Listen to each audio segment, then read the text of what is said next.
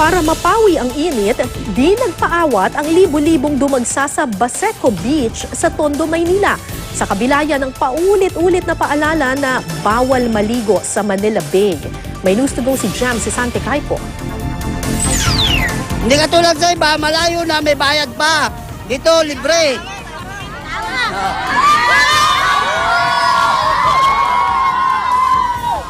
Malapit na, libre pa. Yan ang dahilan kung bakit nagdagsaan dito sa Baseco Beach ang nasa 5,000 tao. Halos hindi na makita ang pampang sa rami ng taong lumalangoy o naglatag para kumain at tumambay.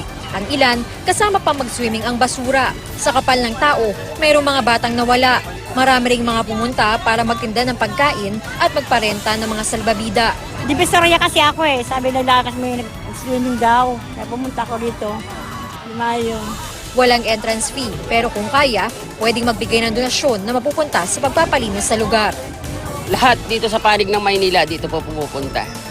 So kami sa barangay, wala kami magawa para pigilan, binabantayan na lang namin. Sigurado kailangan namin kahit papano magbigay para may maglilinis po. Sa bahagi ng Manila Bay sa Jokno Boulevard, Pasay City, marami ring lumalangoy. Mabato pero mas malinaw na raw ang tubig. Ngayon po kasi 'di ba, medyo nalinis na nila kaya halos lahat ng tao dito po ngayon dinadayo yung Makapagal Beach kung tawagin namin. Sa Manila Bay naman sa Navotas, may mga naliligo rin. Ang mga bata, styrofoam ang gamit na pampalutang. Pero ang mga batang ito, iba ang trip.